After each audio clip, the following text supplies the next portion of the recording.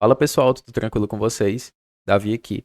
E no tutorial de hoje a gente vai estar meio que criando esse personagem. A gente vai estar criando do zero um personagem que tem essa movimentação top-down e essa arma do personagem que é uma arma que funciona em 360 graus. Dá pra ver que ele sempre leva em consideração a posição do mouse, seja para inverter a posição do personagem, inverter a posição da arma ou até mesmo atacar. Então ele sempre está levando todos esses fatores em consideração e com isso vocês conseguem facilmente criar um combate, um sistema de combate em 360 graus, ou seja, um sistema de combate top-down. Bora pro vídeo. Para estar fazendo tudo do zero, a primeira coisa que nós precisamos fazer é criar o nosso personagem. Então a gente vai passar pelo processo simples de criação de um personagem top-down. Aqui na Godot 4 não existe mais o Kinematic Body 2D que havia na Godot 3. O objeto agora é Character Body 2D. Eu vou renomear para Archer, de arqueiro. E esse arqueiro ele vai precisar de um sprite 2D, que é a sua textura. Ele vai precisar de um collision shape, para representar a sua colisão física. E ele vai precisar também de um animation player para realizar as suas animações. Animation. Aqui em textura, nós vamos especificar a textura do arqueiro. Essa aqui que eu vou estar utilizando de exemplo. Em Animation, eu preciso especificar a quantidade de frames na horizontal e vertical. Eu sei que são 6 frames na horizontal, porque são 6 colunas, por 2 linhas na vertical.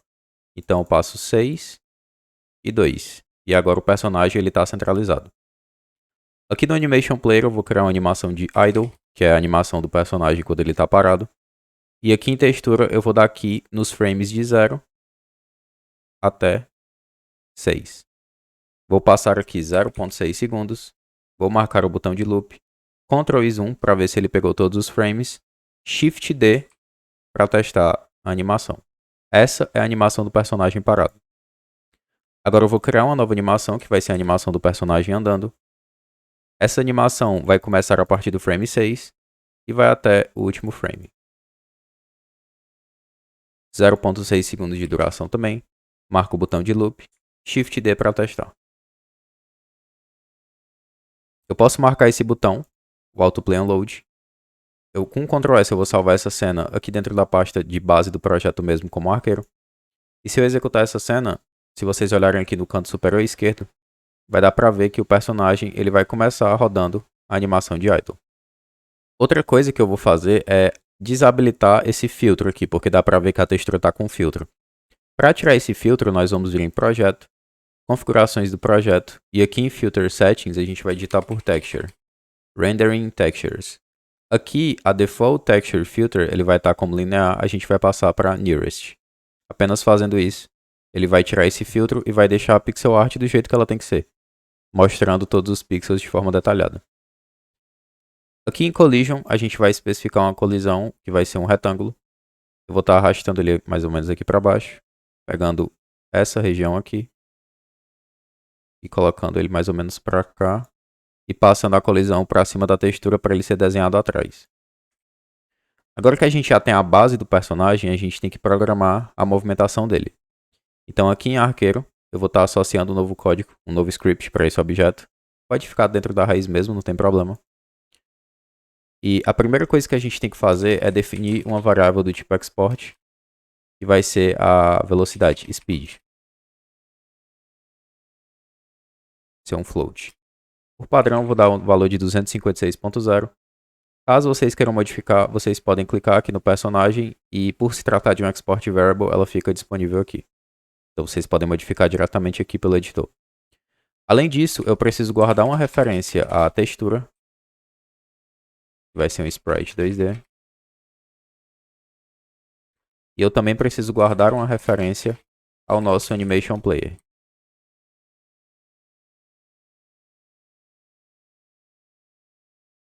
Agora eu vou criar a função PhysicsProcess, a função de update da Godot.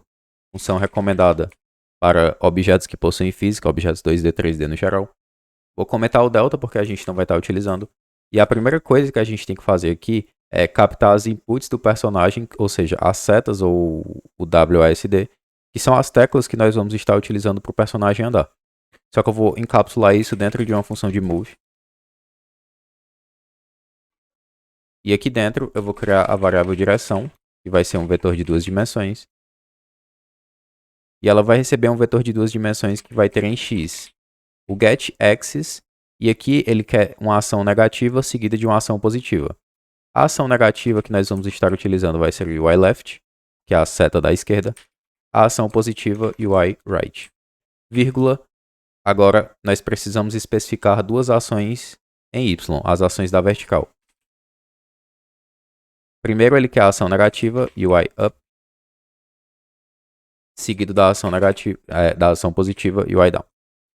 Eu vou normalizar esse vetor, porque se eu não normalizar, enquanto eu estiver andando em duas direções, por exemplo, nas diagonais, o personagem vai se movimentar um pouco mais rápido, por causa dessa normalização não estar ocorrendo. Então, já vou deixar normalizado para ele ter a mesma direção, a mesma velocidade, na verdade, na horizontal, vertical ou enquanto ele estiver andando em dois eixos diferentes. Em seguida, eu vou aplicar essa direção na velocidade. Velocity é uma palavra reservada do character body 2D. E a velocidade ela vai receber a direção multiplicada pela speed. Em seguida, nós só precisamos dar o move and slide, que o personagem vai se movimentar normalmente. Se a gente executar essa cena agora e utilizar as setas do teclado, vai dar para ver que o personagem ele já está andando em 8 direções, apenas com esse código. O que vocês podem fazer, caso vocês queiram trocar input do personagem, é vir em Projeto, Project Settings, Input Map. Vocês podem mostrar as ações que já existem, as ações que vêm. Aqui tem o UIWrite, por exemplo. Vocês podem adicionar a seta, por exemplo, UIWrite, vocês podem colocar o D. UILeft, vocês podem também colocar o A. Ele está esperando por input, então assim que vocês clicarem, ele vai identificar. UIUp pode ser o W e o UIDown pode ser o S. Vocês podem adicionar dessas novas inputs, ou vocês podem criar as inputs de vocês. Adicionar uma nova ação, por exemplo, move left. Escrevi errado. Move left. E aqui vocês podem adicionar o A, podem adicionar a seta da esquerda. É arbitrário, vocês decidem.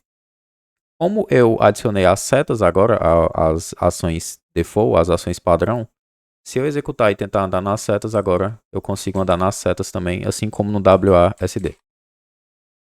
A última coisa que ficou faltando foi animar o personagem. Enquanto ele estiver andando, executar a animação de andar. Enquanto ele estiver parado, executar a animação de parado. Então eu vou criar a função animate aqui. E essa função eu vou estar chamando aqui embaixo. E ela vai ser bem simples. Eu vou verificar se a velocidade ela é diferente de um vetor vazio, de um vetor zerado. Se for, então animation.play. A gente vai chamar a animação de walk. Caso contrário, a gente chama a animação de idle.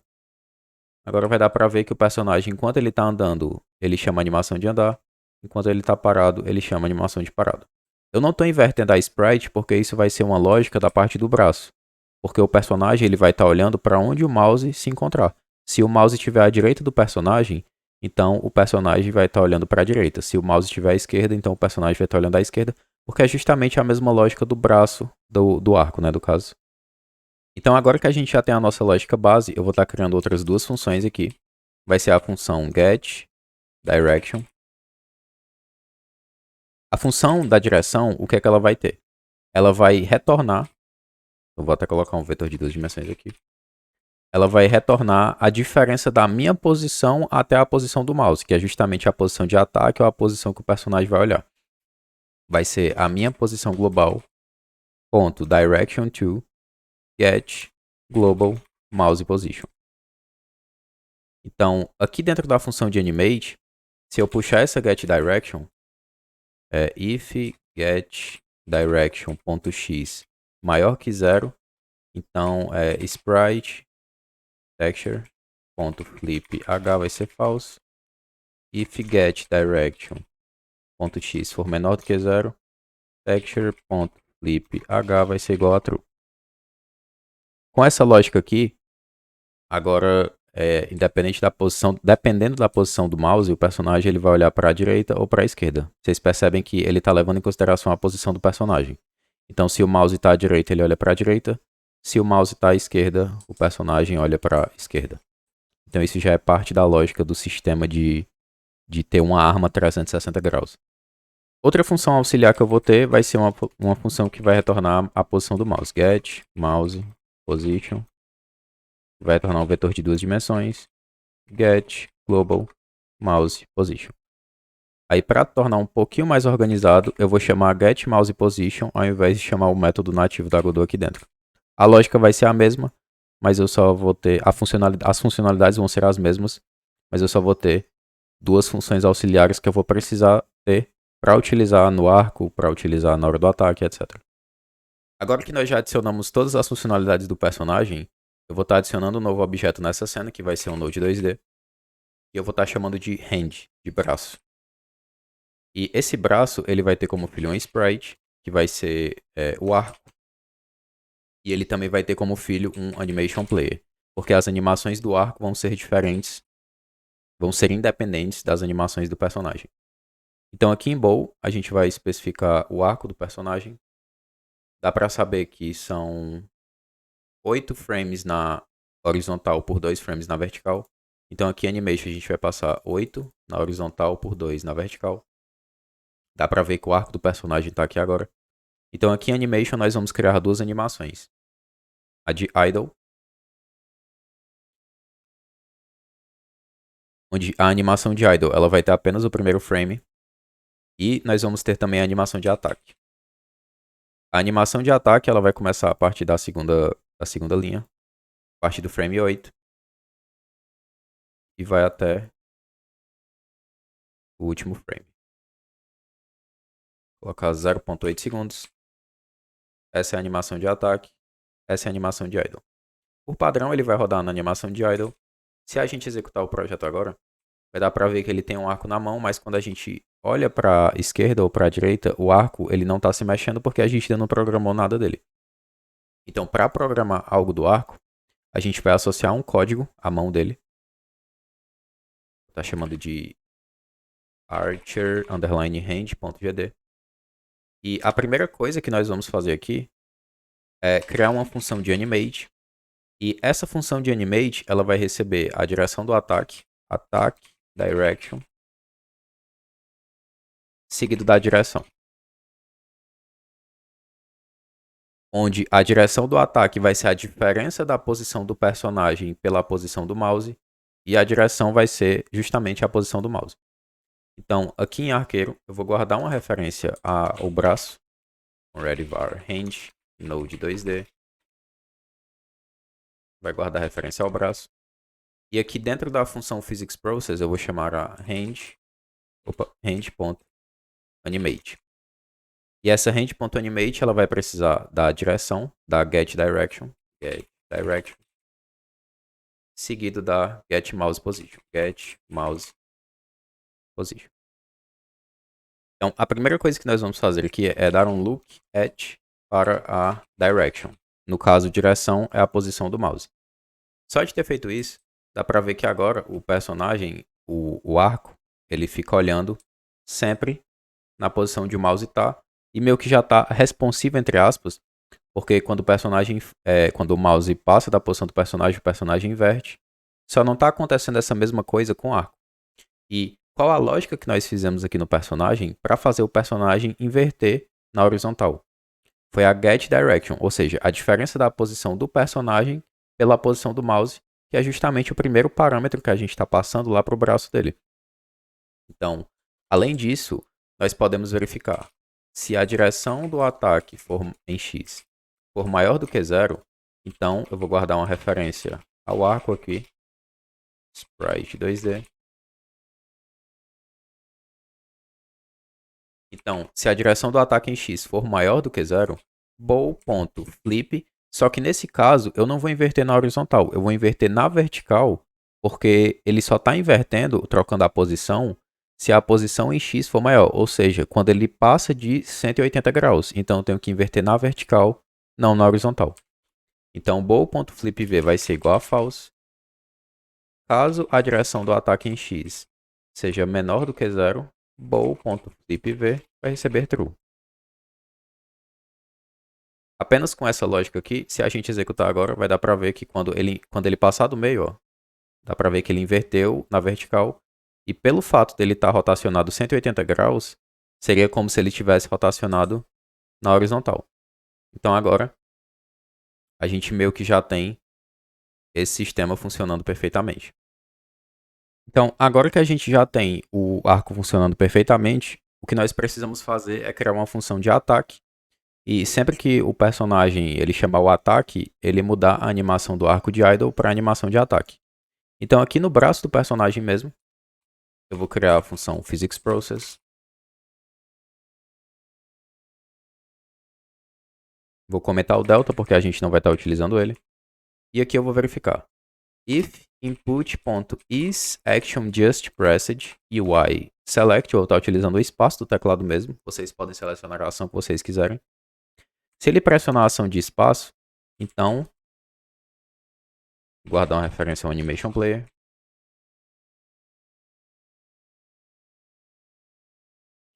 Então o Animation ele vai dar um play na animação de ataque. Só que eu preciso ter uma flag, porque se eu não tiver um booleano para limitar a quantidade de ataques que eu posso dar, enquanto eu estiver executando a animação de ataque, eu vou poder chamar outra, e isso meio que vai dar um bug. Então eu vou criar a variável isAttacking, que é um booleano, e por padrão ela vai começar com false. Então se eu pressionar a ação de espaço apenas uma vez, e eu não estiver atacando, ele vai chamar a animação de ataque, e ele vai configurar o isAttacking para true. Se eu executar, essa lógica aqui ela vai funcionar uma vez. Mas se eu ficar apertando espaço de novo, ele não funciona mais. Ele não está funcionando mais porque a gente configurou o valor da nossa flag, do nosso booleano, para true, e não voltou esse valor para false. A gente pode voltar esse valor para false conectando o sinal do animation finished aqui no nosso código. Então a gente seleciona o animation, vem em Node, Signals, Animation Finished, dá um clique duplo, conecta no braço do personagem, escolhe um nome, pode ser um Animation Finished. Esse sinal de Animation Finished, ele só notifica animações que não tem o loop marcado. No caso do arco, eu vou deixar o loop marcado aqui na animação de idle, porque enquanto ele estiver em idle, ele vai loopar essa animação. E pelo fato dele só notificar animações que não tem o idle marcado, a única animação que ele vai notificar nesse caso é a animação de ataque. Então eu não preciso desse argumento, já que eu sei que ele só vai entrar aqui quando ele terminar uma animação de ataque. Então aqui dentro eu vou configurar o isAttacking para false de novo. Então sempre que o personagem ele terminar uma animação de ataque, eu vou poder atacar novamente. Então com isso a gente meio que adicionou o loop, o game loop de ter um personagem e ter a sua animação de ataque podendo ser chamada respectivamente sempre que ele terminar um ataque. Outra coisa que ficou faltando é a gente spawnar uma flecha e essa flecha ela transladar na direção que o braço do personagem estava olhando na hora que ele atacou. Então, a primeira coisa que a gente vai fazer é vir aqui na animação de ataque e a gente vai procurar o frame exato que ele arremessa a flecha. É aqui em 0.6. Então, aqui no código do braço, eu vou criar aqui, pode ser aqui entre a animate e a physicsProcess, a função de spawn arrow, spawnar uma flecha. Ctrl S para salvar. Agora aqui na animação do ataque, eu vou adicionar uma track, que vai ser um método da mão do personagem, porque a função está aqui dentro. E aqui em 0.6 eu vou clicar com o botão direito, inserir uma chave, spawn arrow. Agora, sempre que ele chegar na parte de 0.6 da animação, se eu colocar um print aqui, spawnar uma flecha, e eu executar essa cena, sempre que ele chegar no 0.6, vocês vão ver que ele vai printar ali embaixo, spawnar uma flecha. Então a gente já tem um momento exato de quando que a gente quer que a flecha seja spawnada. A gente só precisa criar essa flecha e spawnar ela no nosso mundo. Então, para criar essa flecha, eu vou criar uma nova cena, que vai ser uma área 2D. Eu vou estar chamando de Arrow. Essa flecha, ela vai precisar ter um Sprite 2D, que vai ser a textura. E ela vai precisar ter um Collision Shape, que vai ser a colisão da flecha. Aqui em textura nós vamos especificar a textura da flecha. Deixa eu só vir para a aba de inspetor. Passar a textura. 2 frames na vertical. E vai ser esse frame aqui mesmo. Aqui em Transform, da textura mesmo, eu vou dar um position de -3. Para ele ficar mais centralizado. E aqui em Collision eu vou especificar que pode ser um retângulo, pode ser uma cápsula, tanto faz. Eu vou deixar um retângulo. Pegando mais ou menos essa região da flecha aqui. Vou estar passando aqui para trás. Com Ctrl S eu vou salvar dentro da pasta raiz como arrow.tcinho. Agora, aqui dentro da flecha eu vou estar associando um script para ela como arrow.gd. E a primeira coisa que nós temos que fazer aqui é criar a função ready. Dar um randomize na seed. E declarar a direção aqui em cima, claro. Vai ser um vetor de 2 dimensões e vai começar zerado. E definir que a nossa direção vai ser a posição global da nossa flecha pela direção da posição global do mouse.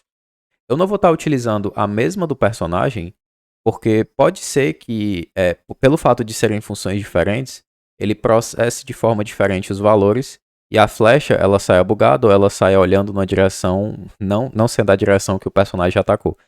Então, para certificar de que não vai bugar, eu vou estar recalando, entre aspas, a direção da flecha aqui dentro da função ready. Em seguida, eu vou criar a variável angle, que vai ser o ângulo, e o ângulo ele vai ser a direction, que é um vetor de 2 dimensões, .angle. Eu vou querer o ângulo dessa direção. Em seguida, eu vou dar um rotation degrees para rotacionar a flecha nesse ângulo. Só que esse ângulo ele está convertido para graus e eu quero converter ele para radianos. Então vou dar um deg to rad em ângulo. Só que no caso aqui na Godot 4 eles renomearam de to para to dessa forma aqui. Então eu vou rotacionar a flecha nessa direção. Agora que a gente já tem a flecha, a gente pode voltar aqui no personagem, aqui no braço dele. Nós podemos criar uma constante que vai ser arrow, uma package scene, que vai receber o preload dessa cena do arco, dessa cena da flecha. Clica com o botão direito aqui na flecha, copia o path, passa o path aqui dentro. Agora aqui dentro da spawn arrow, que é a função onde nós teoricamente precisamos spawnar uma flecha, nós vamos criar uma referência à flecha, arrow, vai receber arrow.instantiate. Em seguida, nós vamos acessar a raiz e vamos adicionar um filho na raiz. O filho que nós vamos adicionar vai ser essa flecha que a gente definiu aqui. Em seguida, nós vamos dizer que a posição global da nossa flecha vai ser igual à posição global do nosso braço, que é praticamente a mesma posição do nosso personagem, mais um pequeno offset de 0.5 em Y. Pequeno offset de posição. Então, uma pequena correção aqui antes de testar, pessoal. Eu estava utilizando deg to rad, de degrees to radians. No caso, é de radianos para graus, porque justamente a gente quer aplicar a rotação em graus. Se a gente fizer o inverso de deg to rad, praticamente ele vai dar um valor muito baixo. Então, era por isso que, caso vocês tenham testado antes, a flecha não estivesse rotacionando. Então, beleza. Se a gente executar agora, modificando de deg to rad para rad to deg, vocês vão ver que quando a gente aperta espaço, o personagem já ataca. E a flecha, ela já está olhando na direção onde o personagem está atacando. Uma última coisa que ficou faltando é aplicar uma força a essa flecha. Então, aqui na própria arrow, a gente pode criar a função physicsProcess.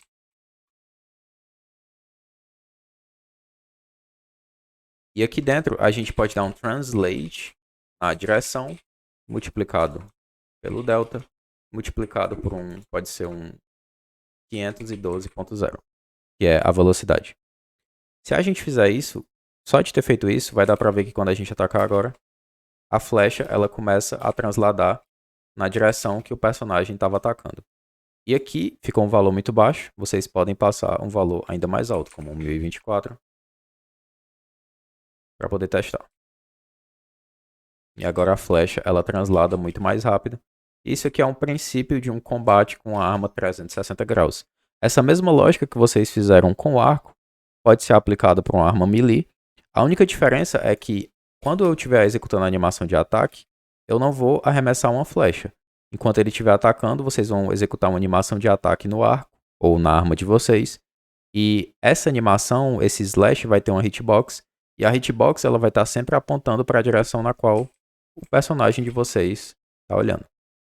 Só uma última coisinha que a gente pode adicionar aqui para deixar um pouquinho mais dinâmico. Nós podemos vir no arco do personagem. E a gente pode vir em material, New Shader Material. E aqui embaixo a gente pode criar um novo shader. Esse shader eu vou estar chamando de MoveYAxis.gd Shader e eu vou estar criando ele. Aqui dentro, ele já vem com essa estrutura para mim, eu vou só estar dando Ctrl V aqui. E aqui vocês podem ver que o arco do personagem, ele meio que está se mexendo. A gente pode estar adicionando esse código aqui em shader, só para tornar um pouquinho mais dinâmico para o braço do personagem não ficar paradão 100% estático. E aqui praticamente ele vai modificar a posição Y dessa textura do shader, dessa textura do braço do personagem, pelo seno do tempo multiplicado por 2.0 multiplicado por 4.0. Vocês podem dar uma brincada com esses valores. A única coisa que vocês não podem tirar é o tempo. Vocês podem colocar o cosseno do tempo, o seno do tempo. Esse valor aqui ele vai estar variando. Ele funciona mais ou menos como se fosse um delta. Então, é como se ele estivesse transladando esse braço, mas ele sempre volta para a posição, porque o tempo ele sempre está resetando, entre aspas. E era praticamente isso que eu queria mostrar nesse tutorial, pessoal. Espero que vocês tenham gostado.